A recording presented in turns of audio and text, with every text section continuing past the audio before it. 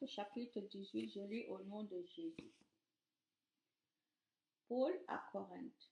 Après cela, Paul part, à, Paul part d'Athènes et va à Corinthe.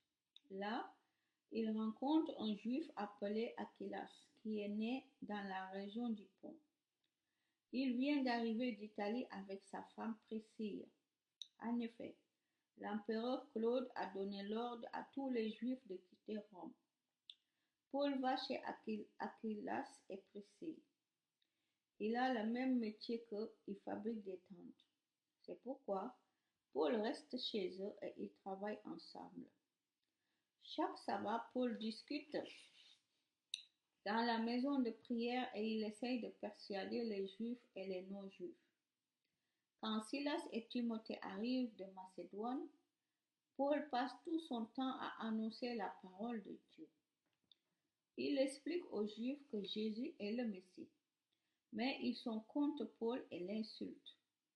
Alors Paul secoue ses vêtements et leur dit: Ce qui va vous arriver, ce sera de votre faute. Moi, je n'en suis pas responsable. À partir de maintenant, j'irai vers ceux qui ne sont pas juifs. Paul sort de la maison de prière. Il va chez un certain Titus Justus, un homme qui adore Dieu. Il habite à côté de la maison de prière. Crispus, le chef de la maison de prière, se met à croire au Seigneur avec toute sa famille. Beaucoup de Corinthiens deviennent croyants en écoutant Paul et ils reçoivent le baptême. Une nuit, le Seigneur se montre à Paul et lui dit: N'aie pas peur, continue à parler, ne te tais pas. Oui, je suis avec toi et personne ne pourra t'arrêter pour te faire du mal.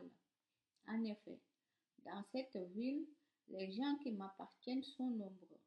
Paul reste à Corinthe pendant 1 an et demi. Il enseigne aux gens la parole de Dieu.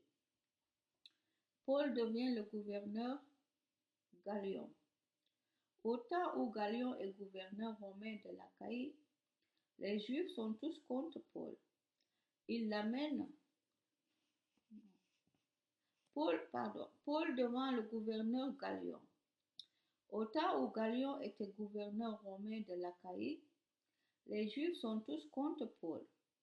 Ils l'amènent devant le tribunal et ils disent: Cet homme pousse les gens à adorer Dieu d'une façon contraire à la loi.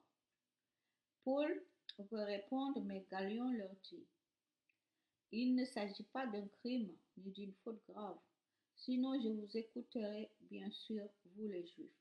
Mais vous vous disputez au sujet de mots, de noms et de votre loi à vous, donc c'est votre affaire.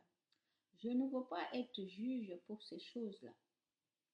Et Gallion les renvoie du tribunal. Alors tous prennent Sosthène, le chef de la maison de prière. Ils se mettent à le frapper devant le tribunal, mais Gallion ne s'en occupe pas. Paul retourne à Antioche de Syrie. Paul reste encore assez longtemps à Corinthe. Ensuite, il quitte les chrétiens. Il prend le bateau pour la Syrie avec Priscille et Aquilas. Avant cela, il s'est fait raser la tête à Sancré parce qu'il a fait un vœu. Ils arrivent à Éphèse, c'est là que Paul laisse Priscille et Aquilas. Il va à la maison de prière et discute avec les Juifs. Ceux-ci lui demandent: Reste encore avec nous. Mais Paul ne veut pas. Il les quitte en leur disant: Je reviendrai chez vous une autre fois si Dieu le veut. Ensuite, il part d'Éphèse en bateau. Paul arrive à Césarée. Il va d'abord à Jérusalem pour saluer l'Église. Puis, il part pour Antioche de Syrie. Il reste un certain temps dans cette ville, puis il repart. Il traverse la Galatie et la Phrygie et il encourage tous les disciples. Apollos à Éphèse et à Corinthe. Un juif né à Alexandrie arrive à Éphèse. Son nom est Apollos. Il parle bien et connaît parfaitement les livres saints. On lui a appris à suivre le chemin du Seigneur. Avec beaucoup d'ardeur, il annonce et enseigne exactement la bonne nouvelle de Jésus, mais il connaît seulement le baptême de Jean. Il se met donc à parler avec assurance dans la maison de prière des Juifs. Quand Priscille et Aquilas l'entendent, ils le prennent chez eux et lui enseignent plus exactement encore le chemin du Seigneur.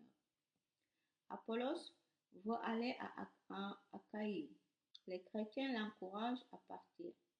Ils écrivent une lettre aux disciples de là-bas pour leur dire de bien recevoir Apollos.